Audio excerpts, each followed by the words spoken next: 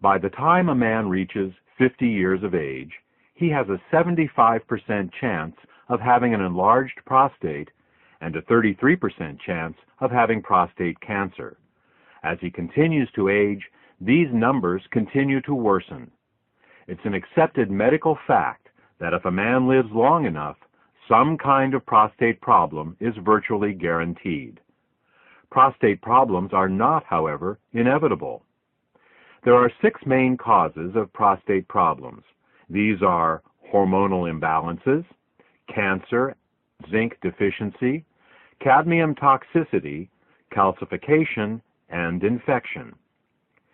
In this audio presentation, we will discuss each of these 6 problems in detail, and then for each problem, tell you which natural ingredients are most effective at addressing each particular problem.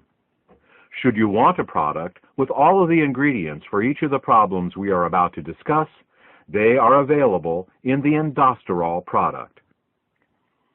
Now, let's begin with hormonal imbalances and cancer, as these 2 problems are intimately related. Up until his early 30s, a man produces more testosterone than estrogen. Yes, you heard right. Men produce estrogen. This is natural and is nothing to worry about. Men produce estrogen and women produce testosterone. The difference is that men make more testosterone than estrogen and women make more estrogen than testosterone. It is this predominance of one hormone over the other that is responsible not just for the differences between male and female bodies, but also the differences between male and female personalities. Unfortunately, as a man ages, he makes less and less testosterone and more estrogen until by age 34, a man makes more estrogen than testosterone. I call this a hormonal inversion. This process accelerates with age, so that by the time a man is 60, he makes twice as much estrogen as testosterone, and by age 90, 12 times as much. While somewhere in a man's 50s, this change is officially labeled as andropause, which is the male version of menopause, you can see that the process actually starts in a man's mid-30s. A hormonal inversion can show up in many ways. In the sports world, a man's performance begins to suffer. This is why you don't see many professional athletes at the top of their game past age 40. Muscle size and tone decreases, and fat begins to accumulate. This gives a man a softer, more feminine appearance. In the business world, a man may begin to lose his competitive edge. In relationships, he becomes more passive. In general, as the hormonal inversion begins to take hold, a man becomes more sensitive and less aggressive, more feminine. Regardless of how you feel about the effect of female hormones on your personality, the male body doesn't like it at all. In particular, this hormonal inversion wreaks havoc on a man's prostate. Hormonal inversion, or the dominance of estrogen over testosterone in man, is due to 3 actions. First, as a man ages, he makes less testosterone. This is understandable, as all hormones decrease in their production with age. Second, some of his testosterone begins turning into dihydrotestosterone, or DHT for short. This happens courtesy of an enzyme called 5-alpha reductase, whose job it is to convert good testosterone into its evil counterpart, DHT. It's DHT that is the main cause of hair loss and prostate enlargement. Did you ever wonder why baldness is predominantly a male problem? It's because men make more testosterone than women and thus are at greater risk of having more testosterone that turns into DHT. The third cause of hormonal inversion is a bit more bizarre. It turns out that there is an enzyme in a man's body called aromatase, whose function it is to convert testosterone into estrogen, and not just any kind of estrogen, because there are actually 3 different types of estrogen. This aromatase enzyme turns testosterone into the most powerful of the 3 forms of estrogen, namely estradiol. Thus, as a man ages, he not only makes less testosterone, but what little testosterone he makes, his body then turns into DHT and the estrogen estradiol. Now, we already know the DHT causes hair loss and balding. What does estradiol estrogen cause? Aside from feminization of the body and personality, estradiol causes cancer, and most specifically, prostate cancer. So, just what are the odds of this happening to any given man? As we said in the introduction, in terms of prostate enlargement, by age 50, 75% of all men have an enlarged prostate, and by age 50, 33% have prostate cancer. Prostate cancer is the most common non-skin cancer in the United States, and the second leading cause of death from cancer among U.S. men, after lung cancer. As a man gets older, these numbers get much worse, and if a man lives long enough, prostate enlargement and cancer are virtually guaranteed. Medical treatments for an enlarged prostate and prostate cancer often leave men in diapers, unable ever to have sex again. So what do we as men need to do? We need to increase testosterone production, block the enzymes 5-alpha reductase and aromatase, and find some way of dealing with a prostate that has already become cancerous and enlarged. Alternative medicine has identified many natural ingredients that can help us do this, but the best of all of them are beta-sitosterol and ellagic acid. Beta-sitosterol suppresses both 5-alpha reductase and aromatase, so that takes care of DHT and estrogen. In terms of prostate cancer, animals treated with beta-sitosterol had 43% smaller tumors and had 1/2 the rate of metastases over untreated animals. Ellagic acid works by causing cancer cells to actually self-destruct. The technical term for this is apoptosis. Whenever a cell becomes cancerous, our DNA instructs it to self-destruct. This is one of the most powerful safeguards we have in preventing cancer. Unfortunately, some cancer cells manage to block this signal. These are the cells that go on to grow and form tumors. What ellagic acid does is to reinstate the self-destruct signal in these cancer cells. Ellagic acid does this for all cancers, but studies show that it is particularly effective at this for prostate and breast cancers. So, what should we do? Go out and buy some beta-sitosterol and... Well, first, you need a concentrated source of beta-sitosterol, and even the saw palmetto berry, the plant recognized as one of the best sources of beta-sitosterol, contains only 333 parts per million of beta-sitosterol. To get 1 gram of beta-sitosterol from saw palmetto, you would need to have over 6.5 pounds of saw palmetto berries. Furthermore, beta-sitosterol is very poorly absorbed orally. Less than 5% of what you take by mouth makes its way into the bloodstream, and then even less gets to the prostate itself. Thus, to absorb 1 gram of beta-sitosterol a day from saw palmetto berries, you would actually need to eat over 132 pounds of the berries a day. Ellagic acid is found in raspberries and pomegranates, but again, we have the same problem with absorption and concentration.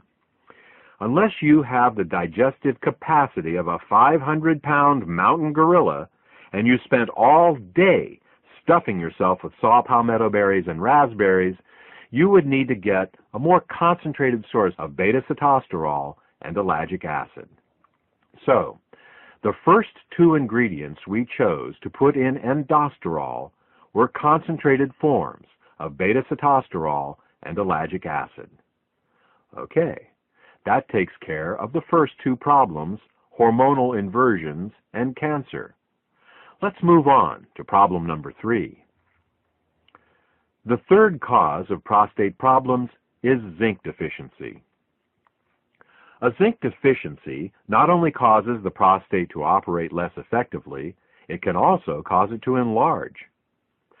Different organs in the body have different requirements for elements, and for the prostate, zinc is required.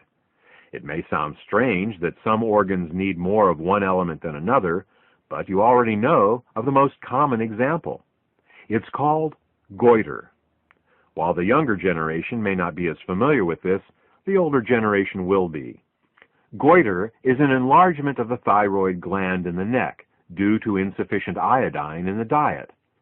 Iodine is a heavy element, and rain typically washes it out of mountainous soil into the rivers and eventually into the sea. People living near the oceans who eat fish get all the iodine they need, but people who live in the mountains often become iodine deficient and can develop goiter. Of course, this isn't seen much anymore in developed countries where iodine is added to table salt, but it demonstrates the point. Individual organs, or glands, have specific mineral requirements, and when they don't get what they need, they malfunction and can enlarge. Thus, prostate enlargement can be considered prostate goiter. Unfortunately, zinc is not added to table salt like iodine is. This, added to the fact that zinc becomes more difficult to absorb with age, leads to the widespread zinc deficiencies we see today. Keeping in mind that we not only need to supplement with zinc, but deliver it to the body in a highly absorbable form, the third ingredient in indosterol is pumpkin extract, which is high in bioavailable zinc. The fourth cause of prostate problems is cadmium toxicity. Cadmium toxicity is actually related to zinc deficiency in the sense that low zinc levels can cause cadmium toxicity. Cadmium is a toxic heavy metal, commonly found in soft drinks, seafood, cigarette smoke, plastics, water softeners, and other places. Cadmium can cause chronic fatigue, hair loss, high blood pressure, arthritis, impotence, and, of course, prostate problems. Cadmium owes its unique ability to damage the prostate to its similarity to the element zinc. Now, all beneficial elements have their toxic analogs, poisonous elements that the body mistakes for the beneficial ones. This is due to similarities in the atomic radius and electrical charge of certain elements. Thus, the body mistakes aluminum for magnesium, lead for calcium, mercury for selenium, and cadmium for zinc. Now, the prostate needs zinc to function, and it is often zinc deficient. So when it sees some toxic cadmium floating by in the bloodstream, it thinks, "Oh good, here's some zinc, I need that," and it gobbles it right up. In this manner, over time, cadmium accumulates and begins causing problems. If a man were to take supplemental zinc his whole life, it would offer some protection against cadmium absorption, but even so, some cadmium is bound to make it to the prostate. The only way to deal with cadmium is to remove it with a chelator. A chelator is an ingredient that has a very strong attraction to a particular element. If the attraction it has is stronger than the attraction the body has for that element, the chelator can pull that element out from the body. The safest and most effective cadmium chelator is called EDTA. EDTA is an amino acid that has a 50-year history of removing toxic metals like cadmium from the body. Once EDTA has attached itself to cadmium, the entire complex becomes water-soluble and will be eliminated harmlessly in the urine within a few hours. Thus, EDTA is the fourth ingredient in indosterol. The fifth cause of prostate problems is calcium deposits in the prostate. We've discussed cadmium, and we can agree that it is a toxic metal. But what about calcium? Isn't calcium vital for our health? Absolutely. Calcium keeps our bones and teeth healthy and has many important roles to play in our biochemistry. What is not commonly known is that as we age, calcium migrates from the bones and teeth, where it belongs, into the soft tissues and organs of the body. When calcium does this, it turns from a beneficial mineral into a pathological one. When calcium moves into the kidneys, we get kidney stones. When it deposits in the gallbladder, we get gallstones. When calcium migrates into the arteries, we get arteriosclerosis and atherosclerosis. When calcium gets into the joints, we get arthritis. And when calcium gets into the prostate, we get prostatic calculi, also known as prostate stones. In addition to being a gland, the prostate is also a small pump, and like any pump, it needs to be free of debris to function properly. As we age, these tiny prostate stones accumulate, reducing the prostate's health and functionality. Now, there are two ways to remove prostate stones. The first is a medical procedure that involves a catheterization. Ouch! The second is with EDTA, which goes in and pulls the calcium out, just like it removes the cadmium. Thus, EDTA serves double duty, supporting both the removal of toxic cadmium and also calcium stones.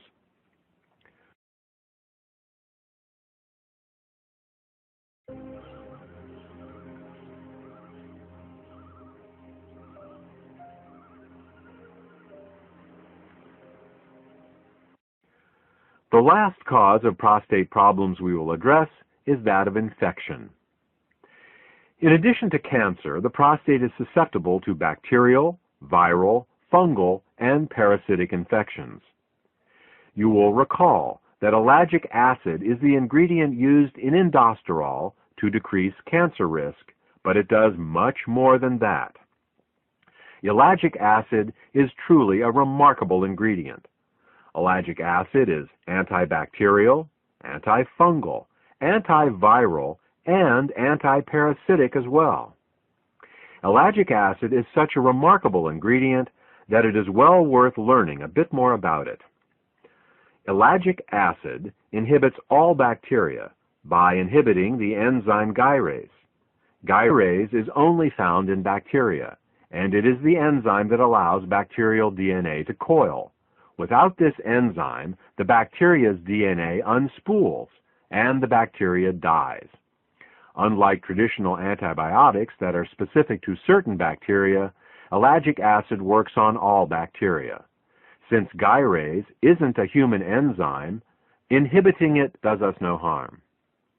Ellagic acid inhibits fungi and yeast by inhibiting the enzyme chitin synthase 2. Almost all fungi and yeast cell walls are built out of a polysaccharide called chitin, and chitin synthase 2 is the enzyme they use to make chitin. Thus, by inhibiting chitin synthase 2, ellagic acid suppresses the growth of almost all fungi and yeast. Again, chitin synthase 2 is not a human enzyme, so inhibiting it does us no harm. Ellagic acid inhibits many viruses by inhibiting the enzyme integrase. Integrase is an enzyme that many viruses need to enter a cell. As you know, viruses cannot reproduce without entering a cell, so by inhibiting this enzyme, many viruses can be inhibited. Again, integrase is not a human enzyme, and its inhibition does us no harm. Finally, ellagic acid inhibits parasites, but the mechanism of how this happens is not yet fully understood. While many people believe parasitic infections to be limited to third world countries, many people harbor millions of intestinal parasites their whole lives without ever knowing it. Thus, in addition to the effects of ellagic acid on prostate cancer, ellagic acid also deals with the infective aspect of prostate disorders. Ellagic acid is also an ingredient in indosterol.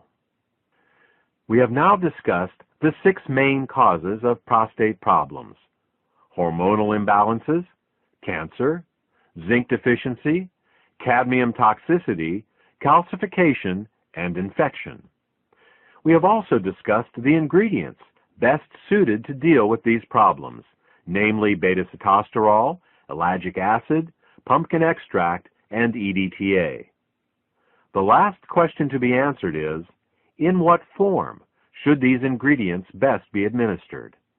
The answer is, as a suppository. Suppository administration was chosen as the delivery mechanism for indosterol for two reasons. Firstly, rectal absorption is recognized as being some 20 times greater than oral absorption. Secondly, and more importantly, has to do with the location of the prostate. When a suppository is inserted into the body, it rests some mere inches away from the prostate itself. It is this ability of a suppository to